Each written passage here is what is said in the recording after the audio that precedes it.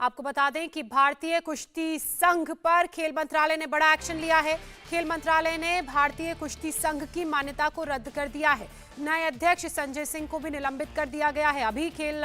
मंत्रालय की तरफ से चुनाव कराए गए थे रेसलिंग फेडरेशन ऑफ इंडिया के, और उसके बाद नए अध्यक्ष को नियुक्त किया गया था। वोटों में जीत चुके थे वो, लेकिन अब ये जो बड़ी खबर सामने आ रही है ये बेहद ही चौंकाने वाली खबर है, क्योंकि भारतीय कुश्ती संघ की सदस्यता रद्द कर दी गई है। खेल मंत्रालय ने भारतीय कुश्ती संघ को रद्द कर दिया है। और जब नए अध्यक्ष का चुनाव हुआ था, संजय सिंह को जब नया अध्यक्ष WFI का चुना गया था, तो उस वक्त आपने देखा था कि किस तरह से जो हमारे रेसलर्स हैं उन्होंने इसका विरोध किया था, अपना पदक वापस कर दिया था। आपने तमाम वो पूरी प्रतिक्रियाएं देखी। मेरी सहयोगी गौनिका अरोड़ा इस वक्त हमारे साथ लाइव जुड़ चुकी हैं। गौनिका, ये जो फैसला खेल मंत्रालय की तरफ से लिया गया है WFI को रद्द करने का, ये फैसला क्यों लिया गया है और इस फैसले के पीछे वजह क्या रही? देखिए ज्योत्सना, बिल्कुल एक बड़ा सा नोट स्पोर्ट्स मिनिस्ट्री की तरफ से आया है, जिसमें साफ तौर पर यह कहा गया कि जो न्यूली इलेक्टेड WFI की बॉडी है, यानी कि जिसमें संजय सिंह को प्रेसिडेंट बनाया गया है, उस बॉडी को सस्पेंड किया गया। उसकी सारी एक्टिविटीज पर रोक लगा दी गई है, जिसमें कई आधार दिए गए। सबसे बड़ा जो आधार दिया गया है कि जो पुराने जो प्रेसिडेंट है, पुराने ऑफिस बेयरर्स थे, उनके घर से ही ये पूरा नई बॉडी अपना काम कर रही थी। यानी कि संजय सिंह वहीं से अपना ऑफिस चला रहे थे। जिस घर में सेक्सुअल हरासमेंट के आरोप लगे हैं कि बृजभूषण शरण सिंह ने जो रेसलर्स हैं उनके, जो फीमेल रेसलर्स, उनके साथ सेक्सुअल हरासमेंट जिस घर में किया, उसी जगह पर वो ऑफिस चल रहा था। और जब हमने देखा भी संजय सिंह का इलेक्शन जब हुआ था, जब उनको प्रेसिडेंट बनाया गया था, तब भी हमने देखा था जो सेलिब्रेशन थे वो बृजभूषण शरण सिंह के घर पर हो रहे थे। सभी जो WFI से जुड़े हुए लोग या समर्थक या संजय सिंह खुद वहीं पर पहुंचे हुए थे। वहीं पर इस तरीके से सेलिब्रेशन किया जा रहा था। दबदबा है, दबदबा रहेगा, दबदबा था, ये सारे स्लोगन्स के साथ उनके घर पे बैनर्स लेकर लोग पहुंचे हुए थे। और यही वजह है कि ये साफ तौर पर स्पोर्ट्स मिनिस्ट्री को ये बात पता चली। उसके अलावा जिस तरीके से एक मीटिंग होती है एग्जीक्यूटिव कमेटी की, जब भी इस तरीके से प्रेसिडेंट का इलेक्शन हुआ, उसके बाद एक एग्जीक्यूटिव कमेटी की मीटिंग होनी थी, लेकिन उसमें जो जनरल सेक्रेटरी थे, उन जनरल सेक्रेटरी को किसी भी तरीके से लूप में नहीं लिया गया। एग्जीक्यूटिव कमेटी की मीटिंग के बारे में, टाइम के बारे में, या फिर मीटिंग हो भी रही है नहीं, इसके बारे में जानकारी नहीं दी गई। ये सारी चीजों को आधार बनाकर ही स्पोर्ट्स मिनिस्ट्री ने अब WFI की सारी एक्टिविटीज को सस्पेंड कर दिया है अगले ऑर्डर तक। इसके अलावा जो इसमें यह कहा गया है कि क्लॉज 3 है प्रियम्बल ऑफ कॉन्स्टिट्यूशन जो WFI का है, उसमें जो ऑब्जेक्ट है WFI का among others to arrange the holding of senior, junior और sub junior national championship as per the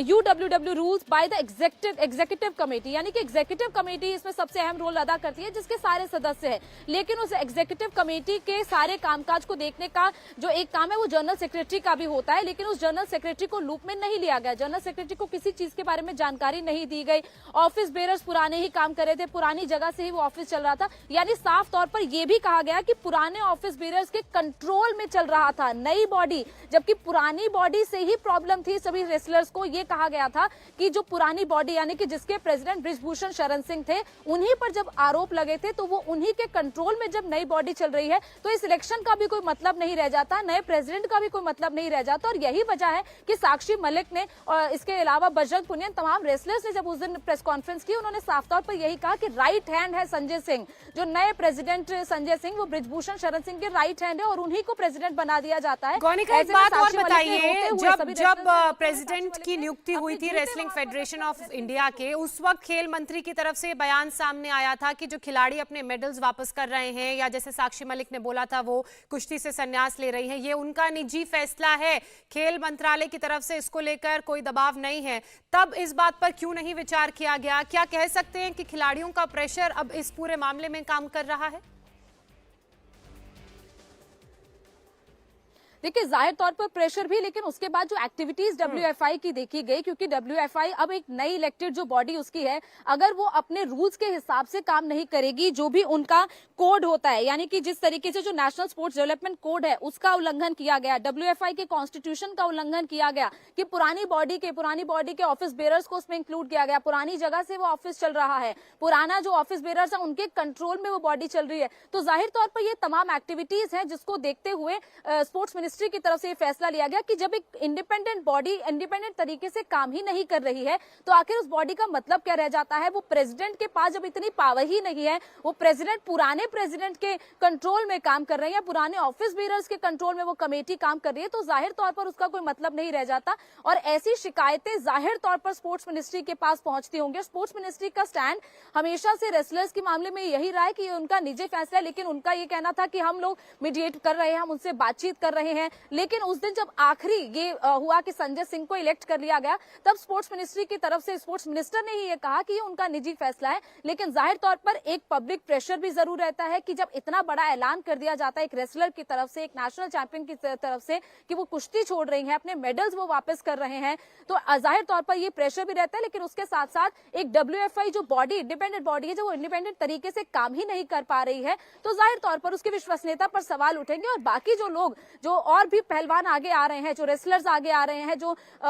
WFI के अंडर कई चैंपियनशिप लड़ना चाहते हैं, तो ये उनके लिए भी कहीं ना कहीं अनफेयर होता, क्योंकि पुराने प्रेसिडेंट ही इस तरीके का रोल अगर अदा करेंगे, नए प्रेसिडेंट को इतना कमांड में वो ले लेंगे, तो जाहिर तौर पर WFI का भी कोई मतलब नहीं रह जाता। और यही वजह है कि इतना बड़ा कदम अगर उठाया गया है तो जाहिर तौर पर इसके पीछे कई ऐसी ठोस वजह है। उन ठोस वजहों का जिक्र बाकायदा पूरा इस प्रेस नोट में किया गया है, जिसमें ये कहा गया है कि आर्टिकल 10 जो है कॉन्स्टिट्यूशन ऑफ WFI का, क्योंकि WFI भी कॉन्स्टिट्यूशन के अंडर काम करता है,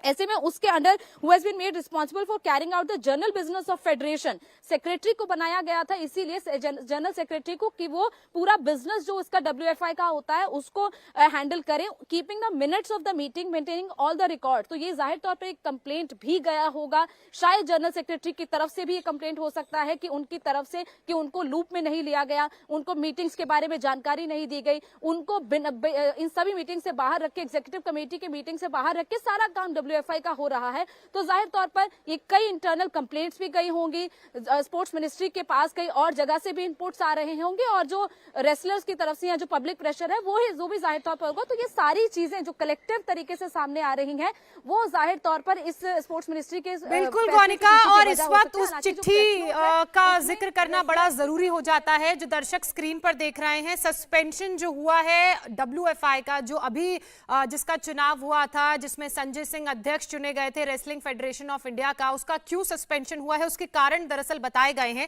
एक एक करके मैं कारण बता देती हूं।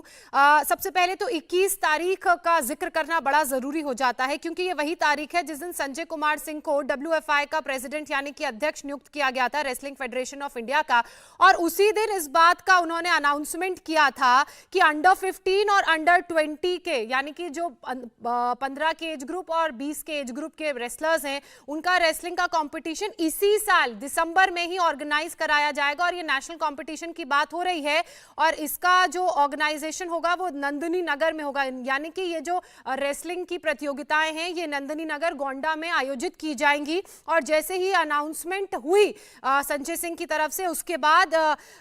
इसे बताया गया कि ये पर्याप्त तरीके से वक्त नहीं दिया गया है, क्योंकि जब भी इस तरह की अनाउंसमेंट्स होती हैं, जो कॉन्स्टिट्यूशन कहता है WFI का, या फिर अगर हम अंतर्राष्ट्रीय कुश्ती फेडरेशन की बात करें, उनके जो प्रीएम्बल्स पहले से निर्धारित किए गए हैं, उनके मुताबिक कम से कम वक्त देना जरूरी है।